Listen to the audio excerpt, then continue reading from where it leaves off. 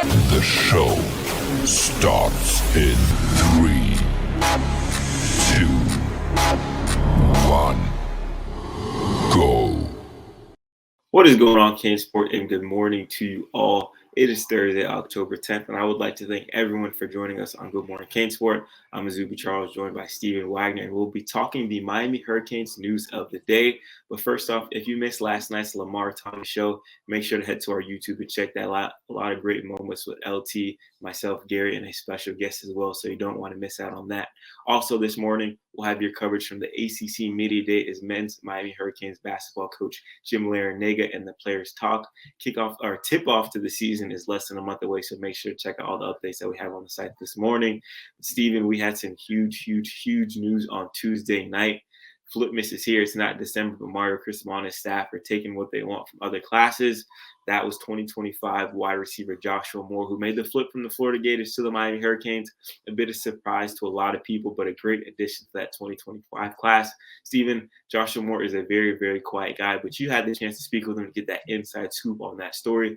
Talk about that. What was he saying about Miami and why he ultimately chose to be Cane over a Gator?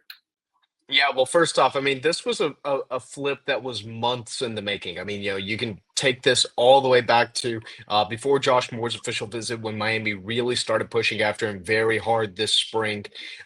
Obviously committed to the Gators in late June, but Miami stayed on him. They didn't waver, they didn't go anywhere. They stayed persistent throughout his recruitment. Kevin Beard deserves a ton of credit for this flip. Mario Cristobal was very involved as well. Um, this was a kid that I think we all kind of expected in Miami's class at some point. It was more of a matter of when as opposed to a matter of if. And we'd been including him in some of our mock recruiting classes for quite a while. But finally, around Sunday or Monday, Josh just kind of felt like the moment was right and he was ready to go ahead and pull the trigger, make the move from Florida to Miami, and didn't really have any regrets about it. He called Mario Cristobal. Cristobal was ecstatic. He talked it over with his mom and his dad, and they both said that they felt like this was the right move. He was really ready to go. He was really excited. He didn't see any reason why why he would wait any longer to pull the trigger. So went ahead and decided to go ahead and commit. Announced it on Tuesday evening, and the rest is history. Now Miami's back in the top 10 of the recruiting rankings. Yeah, huge pickup for the Canes for multiple reasons. We'll start off with the number one, 6'4", 200 pounds. Miami desperately needed a big time outside receiver, and they're getting that in Josh Moore. I had the chance to talk with his head coach out there in West Broward, Coach McCartney, and I asked him, "Hey, you watch Josh Moore day in and day out. What's the biggest thing that stands out to you?" And he said simply how he moves. A kid at 6'4", 200 pounds should not be moving like a slot receiver, and we've seen that on his tape. We've seen that in film. We've seen that in pads, 7-on-7. All that good stuff. Joshua Moore is a special athlete, for his size and all that good stuff. Steven, you had the chance to watch him earlier this year against Cardinal Gibbons in a shootout, a big game where he had multiple touchdowns, did a lot of good things. Watch him live in pads. What really stood out to you the most about Joshua Moore? Yeah, so I mean, whenever you actually see him in pads, the first thing that stands out to you is his size. I mean, he's 6'4", 205. He looks every bit of it. But kind of the area that I felt that I saw him improve the most was really his run after catch ability and, kind of like his coach said, his athleticism. I mean, he after he scored a touchdown where, he broke three tackles, took it 80 or took it 40 yards to the house, and I think ended up with something like five catches for around 90 yards and two touchdowns in that game. After he had one play where he caught a little 8-yard curl, then ran 40 yards and scored a touchdown. We saw him doing backflips in the end zone. And I don't mean just, like a standalone backflip. I'm talking about, a gymnast going down the mat, like one after the other after the other. And of course he got called for unsportsmanlike conduct. So that's definitely something that Mario Cristobal is going to try to wring out of him once he gets to Miami. But yeah, kind of my thought was, holy cow, this kid's 6'4", 205, and he's literally doing backflips in the end zone, and he's doing them repeatedly. He's gotten a lot faster. I think he's kind of deceptively fast, and what I mean by that is because of how big he is, because of his size, it doesn't actually look like his legs are moving that fast until you actually see someone running next to him and you really get a feel, or you put a timer on him, running, a 100-meter sprint or a 40-yard dash or anything like that.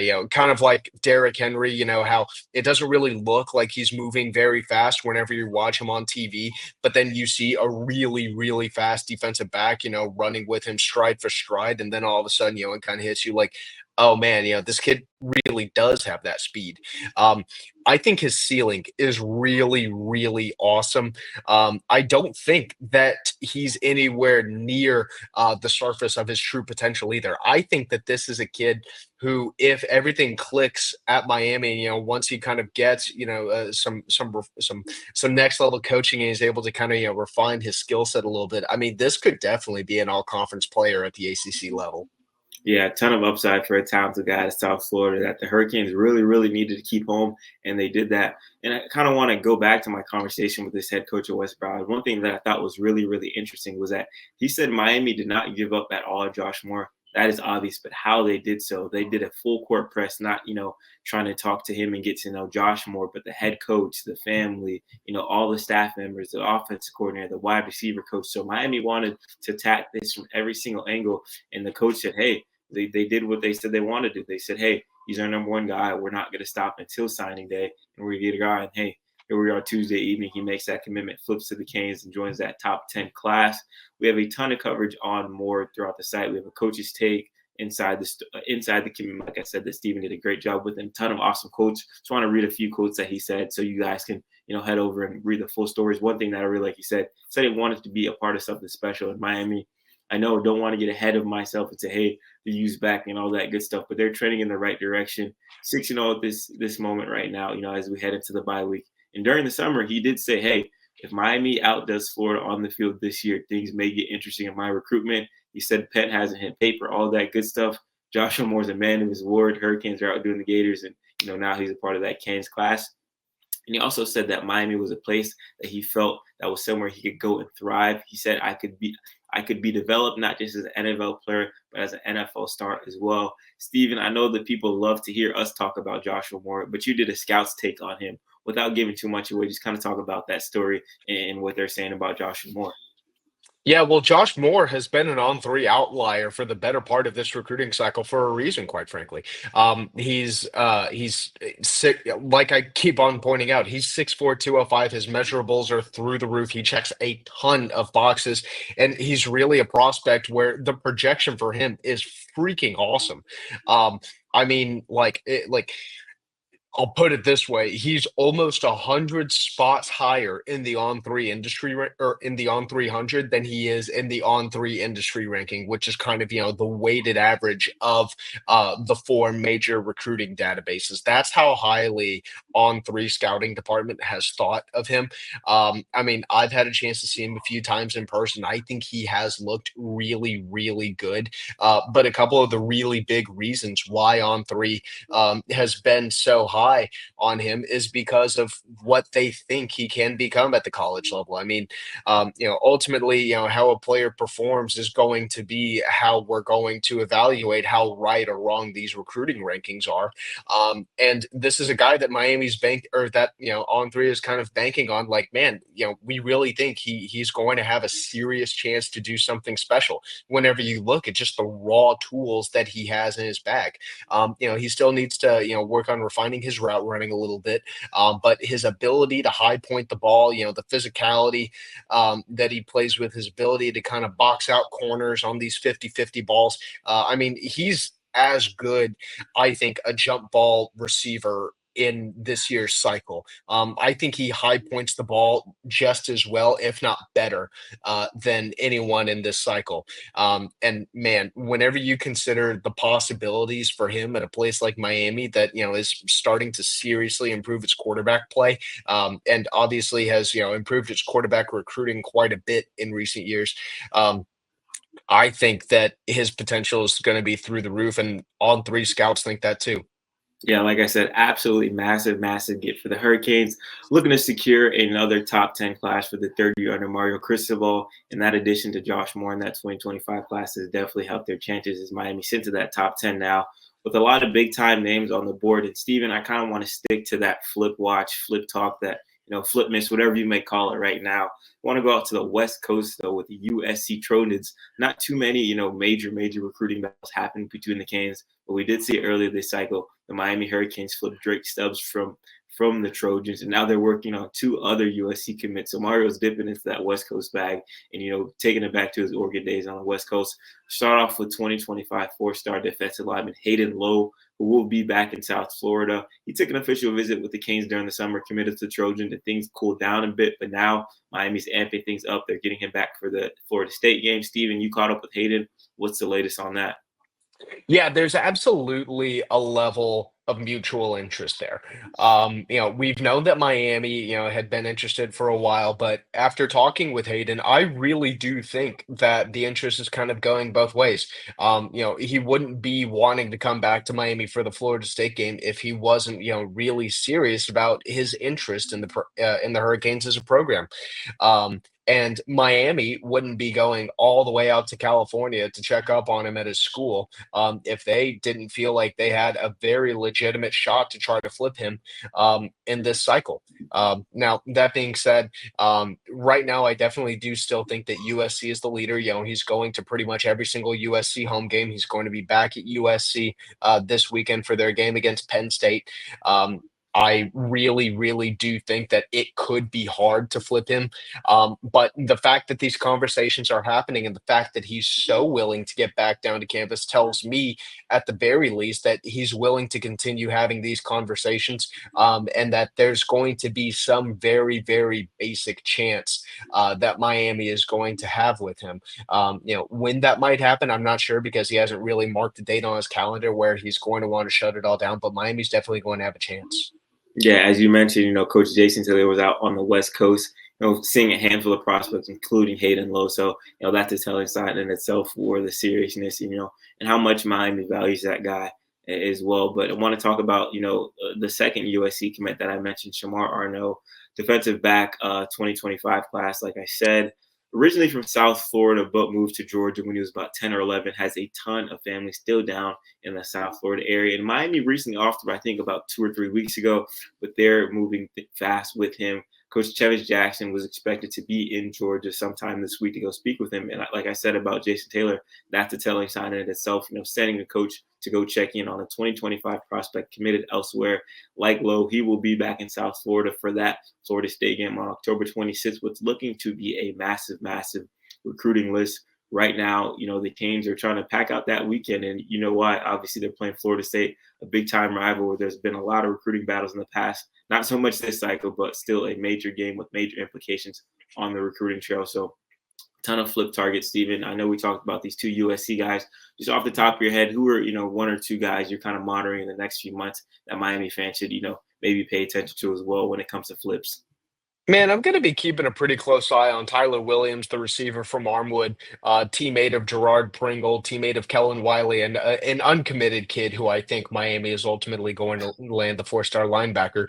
But Tyler's a top 200 four-star receiver. At one point, Miami was the leader for him this spring. That obviously changed, and he ultimately committed to Georgia over the summer. But I still think that Miami has a very, very real shot with him. DJ Pickett, they're staying on very aggressively too. They are going to throw absolutely everything they have at DJ Pickett. They are going to leave absolutely nothing to chance with this kid. If there's a resource that they have available, they are going to throw it at Pickett. I'm not sure if Miami actually had a chance to get out to Pickett's school to see him this week because of Hurricane Milton, and we're hoping that everyone on the west coast of Florida is doing okay. But DJ and his family actually left the state earlier in the week to kind of get out of Hurricane's path. Not totally certain if Miami did get a chance to see him in person, but another kid who I definitely think who I definitely think Miami's going to have a chance with is going to be Ben Hanks, the four-star cornerback currently committed to Florida. Man, I really like the position that Miami's in for him a lot more than I did about a month ago. I think Miami has made very, very substantial ground up. It would not stun me at all if he ended up in this class. And in fact, I'd be willing to go ahead and say that if I was making a mock recruiting class right now, right this second, I would probably include Ben Hanks in it. Now, that's not the same as putting in an RPM, but I definitely right now do think that Ben Hanks is ultimately going to end up in the class. There seems to be a lot of very positive buzz on both sides. And as Florida continues to kind of, tumble, I guess, to put it lightly, Miami's having all this success really, really close to home. The Hurricanes were the leader for him at one point this spring. I think that they're going to be, I think that they are definitely a team that Florida fans should be nervous about. Yeah, like I said earlier in the show, it might not be the holiday season just yet, but Miami's getting to that Flipman spirit. We all know the signing period moved up a little bit in December on December 4th. And now that we got news of, the NLI being, abolished or whatever there may be, a lot of more, confusion and question marks. But one thing that we are for certain, Mario Cristobal and his staff are going to, tiptoe around a lot of classes to try to, bolster what they have in that 2020 class already. I kind of want to talk about that. I know we love to talk about what's not in the Miami's class and what they're working to get on, but they do have a solid group right now. 22 guys locked in with that class. Like I said, a top 10 class. And Steven, you've been doing a lot of coaches' takes, kind of mid-season check-in with a lot of these guys.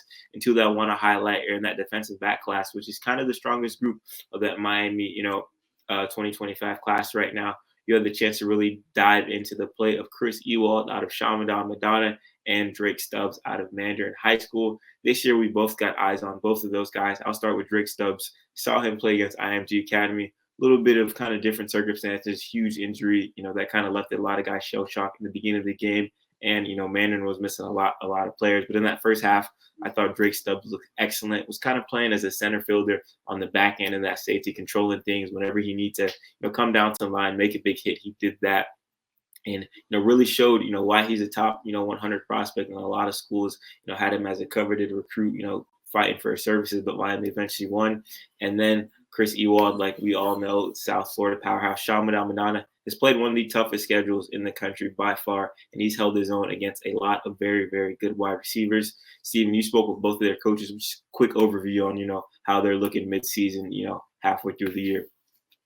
Yeah, so Stubbs' biggest growth has definitely been as a leader. But Chris Ewald, on the other hand, I mean, he's been a guy who it's kind of been sort of hard to judge just, how much better he's gotten because he hasn't been targeted very much this year. He's been solid enough as a corner that they're just not throwing a ton of balls his way. I think so far this year he's got about 8 pass deflections. Doesn't have an interception. I think by this point last year he already had 2 interceptions. He's not giving up very many completions.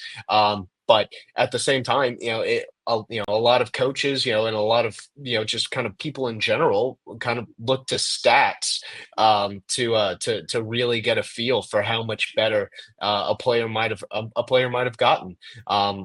We had a chance to see him earlier this fall. He did look very good. He was playing really good coverage, but a lot of balls just weren't being thrown his way. I mean, we saw him play in a nationally ranked game, and I think he had maybe 1 ball thrown at him. He was maybe targeted once. So not a lot of love, from opposing quarterbacks for him, but. And then you look at a guy like Drake Stubbs. Man, I think Drake is cut out to be a strong safety. Has really, really good range as a pass defender. I mean, he can really cover sideline to sideline. He wants to dare opposing teams to try to throw it on him. But man, I mean, his willingness to get involved in the run game, his willingness to be physical, to control gaps, and kind of be able to use the safety to control gaps, which I think we're kind of seeing defenses have to do more and more, as especially if you're going to play a six-man box. Man, I really do think he's kind of like the perfect fit for what someone like Lance Guidry wants to do. I think that he's a very, very good blitzer. I think you can put him in the box whenever you want to, but I also think he is so dangerous just as a regular roaming safety, and I love his ceiling, man. I think he's got a really, really awesome ceiling. Yeah, I feel like that back end in Miami. I know a lot of people right now are saying, "Man, this secondary is so bad, and this and that," and up in arms about it. But hey, you can't deny that Miami's trying to address that and bringing in multiple blue chip defensive backs who have the potential to make an impact early when they get down to Coral Gables. So make sure to check out those kind of midseason evals and coaches take on those two Miami, commits in that back end. And we've talked a lot about recruiting and not as much football. Obviously, the Hurricanes are on a bye week right now, 6-0 at the midway point of the year. But Steven, we have to talk about that game against Cal. I know Matt and Gary probably talked about it on the other shows before, but man, 2:30 a.m. I don't think I've ever felt more alive unless I was somewhere else that wasn't my house. Steven, I just want to get your thoughts. Down 25 points in the third quarter. Cam Ward throws a pick six. Miami's on the rails. It looks like they're about to get knocked out. Just what's going through your mind? What are your overall thoughts about that comeback versus Cal? Yeah, I'll be honest. I wrote the game off in the third quarter. I figured, okay, Mario finally had his whoopsie daisy game. Because it kind of seems like, about once a year, every single team that Mario Cristobal has had, and I did do a little bit of research on this. Every single team that Mario Cristobal has had one game where they just totally slip up against a team that on paper they should dominate because they're that much more talented than. And maybe it's one of these instances where they're just not particularly well prepared. Maybe it's one of these things where they get a little bit too conservative with the game plan and are a little bit more focused on not losing as opposed to winning. But it looked like this was the game that Cristobal was finally going to have. But the difference was Cam Ward, because in these games that we've seen or in these types of games that we've seen Cristobal have in previous years, I mean the difference always was he didn't have a quarterback that was able to just kind of put the team on his back and take them all the way back. He had a couple of those games in Justin Herbert's, I think, sophomore season whenever he was at Oregon, Cristobal's first year. Then Herbert's second season back in 2019, also when Cristobal was at Oregon. We saw they had a real big slip up against Arizona State, and Justin Herbert almost led them all the way back, but they ended up coming up just one stop short. Then those 2020, that 2020 team with Tyler Shuck, they just didn't have enough. The team that they had the following year with that quarterback transfer from Boston College, his name's slipping my mind right now. But they just kind of didn't have enough whenever they got in these really, really bad positions. But Cam Ward, I mean, you're paying Cam Ward money. I mean, that's kind of what you expect. You went out to the portal to get a great quarterback and a game-changing quarterback and a quarterback that can be the difference between winning and losing whenever you're down 25 points in the third quarter. And that's exactly what Miami got. Miami got a guy who basically just decided to be Superman. He said, you know what, I really can, put this entire team on my back. He basically said, guys, don't worry about it. I've got it. Like, we're going to win this game. And you saw that Miami never really lost confidence. They remained very, very confident as a team, even whenever they were down. I mean, I never really got a sense offensively that they were panicking. I got a sense that, they were moving with a little bit of urgency, and, they understood, man, there's a chance that if we're not careful, we could run out of snaps here. But they did not for a second look like they planned on quitting. They didn't look like they believed that they were out of the game. They just looked like they knew they had to work quickly if they were going to give themselves a chance, and they gave themselves a chance. One thing leads to another. Elijah Arroyo, what was it, like a 5-yard touchdown or an 8-yard touchdown or something like that, and the rest is history.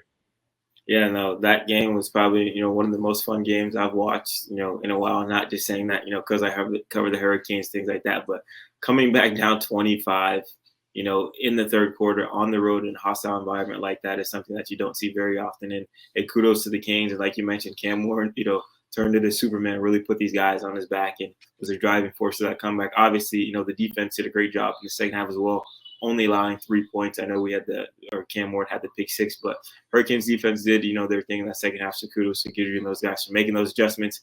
6-0 right now. So a lot of fans I know are saying, hey, this is worrying me. Hey, but 6-0 right now. I have one of the best quarterbacks in the country. Team's on a bye week. Another big test against Louisville next week. Stay tuned for that. But be happy right now with the Canes. Recruiting's on fire. I think it's going to continue like that, and we'll have you covered with all that and more at CaneSport.com. So I'd like to thank everyone for joining us on this Thursday morning. For Stephen Wagner, I'm Izubee Charles. Thank you all for watching. Have a great rest of your day.